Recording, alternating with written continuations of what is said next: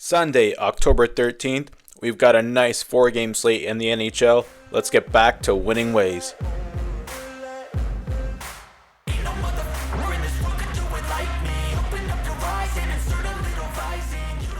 What's going on, everyone? Welcome back to Just a Bet Outside.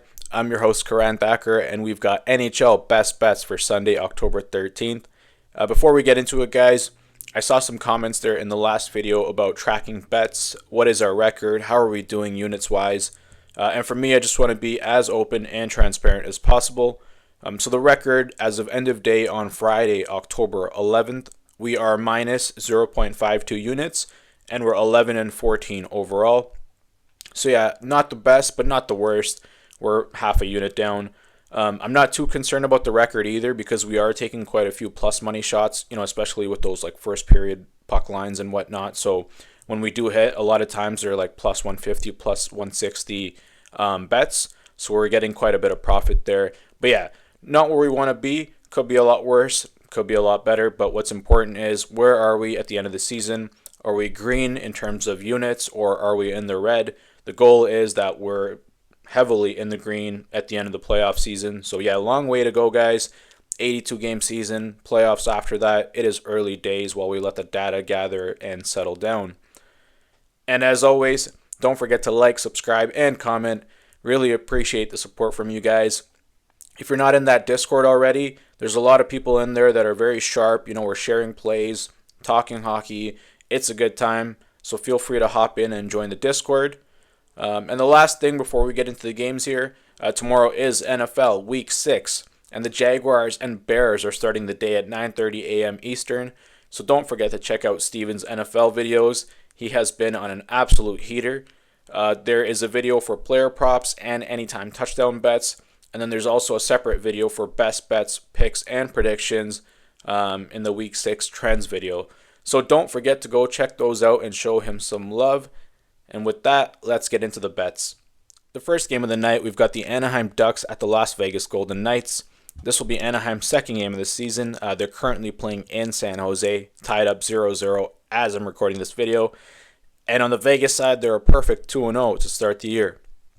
So last year, in the 4 head-to-head matchups, the Ducks won the season series 3-1, with the final results being 4-1 Vegas. And then for the 3 Anaheim wins, it was 4-2, 5-2, and 4-1. In this game, I do lean Vegas despite Anaheim taking 3 of 4 last year.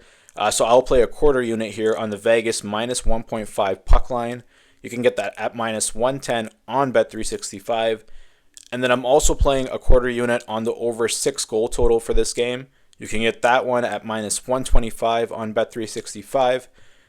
And the reason why I like these plays, there's a few things. The first, Anaheim is coming off a back-to-back. They're going to be on the second night traveling from San Jose to Las Vegas. I really like backing a fresh home team against a team that's traveling. And then also last year in 3 of the 4 games, Anaheim had John Gibson in goal.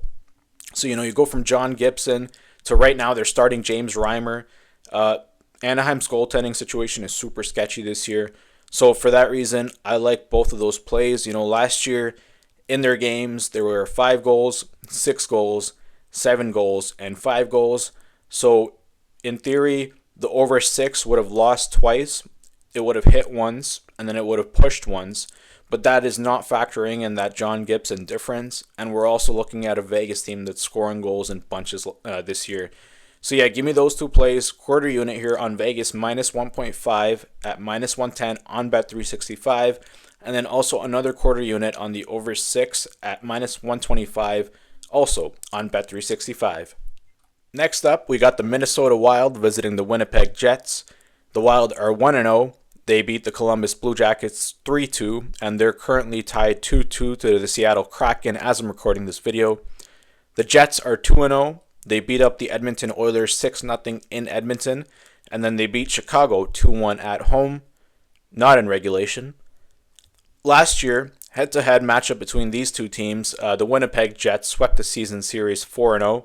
So the Jets won 6-3, 3-2, 4-2, and 4-2. So I'm just going to keep it nice and simple here, guys. The Jets, they swept the season series last year. They look good so far at 2-0 to start the year. And the Wild, they're on a second night of a back-to-back traveling from Minnesota to Winnipeg. Give me the Jets money line, half a unit, minus 150 on Bet365. And just a heads up, this line is juiced to minus 155 on DraftKings and minus 164 on FanDuel. So if you do like the Jets side, yeah, it's a little bit juiced at minus 150, but hey, if it hits, it hits. So grab them on Bet365 ASAP at minus 150 for half a unit. And for the last game of the night, we've got the Seattle Kraken going to visit the Dallas Stars.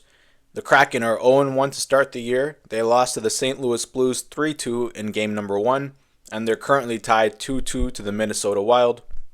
And on the Star side, they're a perfect 1-0 to start the year. They beat Nashville 4-3 in Tennessee.